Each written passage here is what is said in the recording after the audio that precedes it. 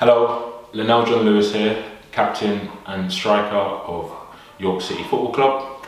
Today I'm going to be reading for you The Snail and the Whale.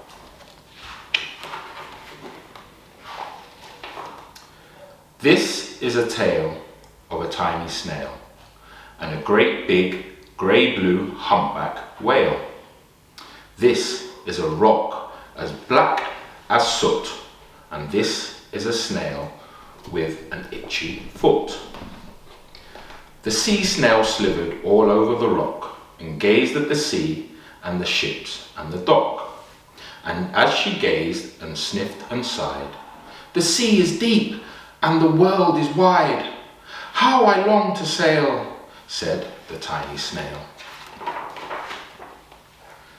These are the other snails in the flock, who all stuck tight to the smooth black rock, and said to the snail with an itchy foot, "Be quiet, don't wriggle, sit still, stay put." But the tiny sea snail sighed and sniffed, then cried, "I've got it, I'll hitch a lift." This is the trail of the tiny snail, a slivery trail that looped and curled and said, "Lift wanted around the world." This is the whale who came one night, when the tide was high and the stars were bright. A humpback whale, immensely long, who sang to the snail a wonderful song of shimmering ice and coral caves and shooting stars and enormous waves. And this is the tale of the humpback whale. He held it out of the starlit sea and said to the snail, "Come sail with me." This is the sea, so wild and free, that carried the whale and the snail on his tail to towering icebergs and far-off lands, with fiery mountains and golden sands.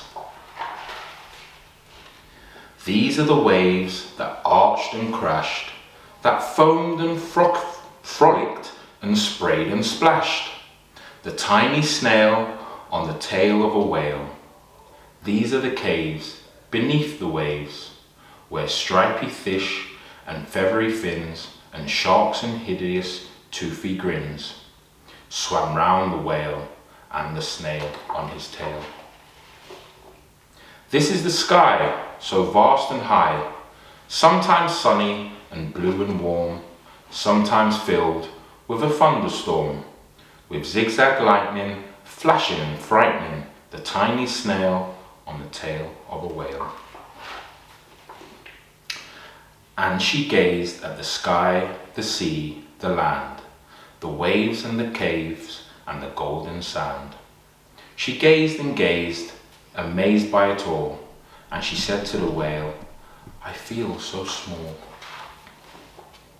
But then came the day the whale lost his way. These are speedboats running a race, zigging and zooming all over the place, upsetting the whale and their ear-splitting roar, making him swim too close to the shore. This is the tide slipping away, and this is the whale laying beached in a bay. "Quick, off the sand, back to sea," cried the snail. "I can't move on land, I'm too big," moaned the whale. The snail felt helpless and terribly small. Then, "I've got it," she cried. She started to crawl. "I must not fail," said the tiny snail. This is the bell on the school in the bay, ringing the children in from their play. This is the teacher holding their chalk, telling the class, "Sit straight, don't talk." This is the board as black as soot, and this is the snail with an itchy foot. "A snail, a snail," the teacher turns pale. "Look," say the children, "I'm leaving a trail, it's leaving a trail."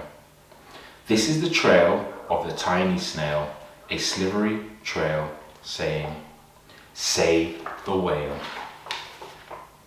These are the children running from school, fetching the firemen, digging a pool, squirting and spraying to keep the whale cool. This is the tide coming into the bay, and these are the villagers shouting, "Hooray!" as the whale and the snail travel safely away. Back to the dock and the flock on the rock, who said, "How time's flown, and haven't you grown?"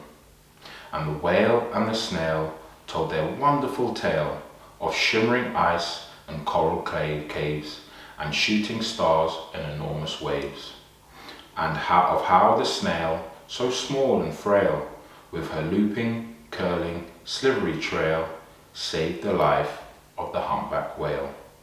Then the humpback whale held out his tail, and on crawled snail after snail after snail.